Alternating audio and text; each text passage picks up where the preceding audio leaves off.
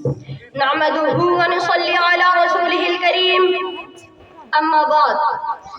استاذ محترم اور محفل میں شریک قابل قدر حاضرین، آج ہمیں بے حد خوشی ہو رہی ہے کہ ہم علماء کرام اور پرخوں کی قربانی کے نتیجے میں ترنگا لہرا کر آزادی کا جشن منا رہے ہیں.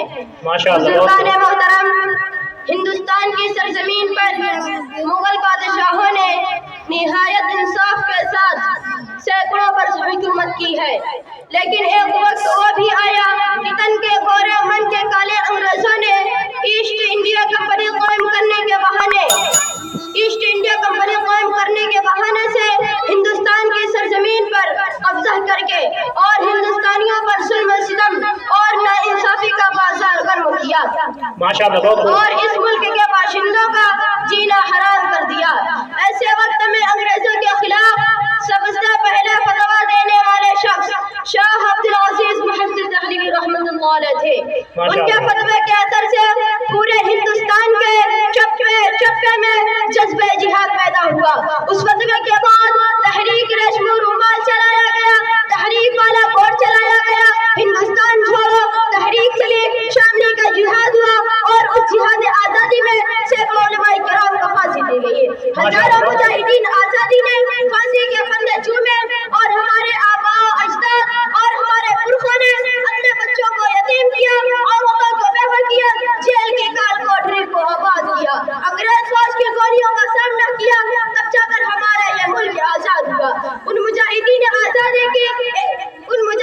آزادی کی ایک بہت بڑی لسٹ ہے جن میں ہندو بھی ہے اور مسلمان بھی ہے.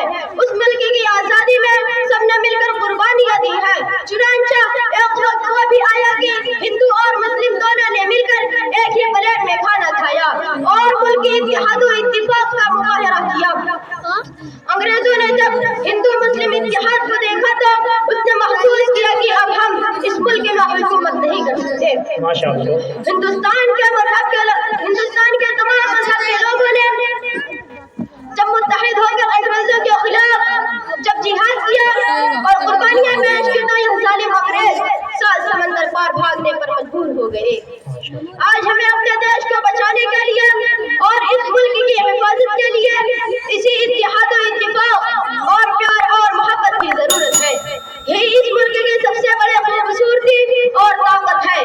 میں اپنی بات کو اس شعر پر ختم کرنا چاہتا ہوں. مذہب نہیں سکھاتا آپس میں بیر رکھنا، مذہب نہیں سکھاتا آپس میں بیر رکھنا، ہندی ہے وطن ہے ہندوستان ہمارا. شکریہ. السلام علیکم ورحمۃ اللہ. ماشاء اللہ، جزاک اللہ، بہت خوب.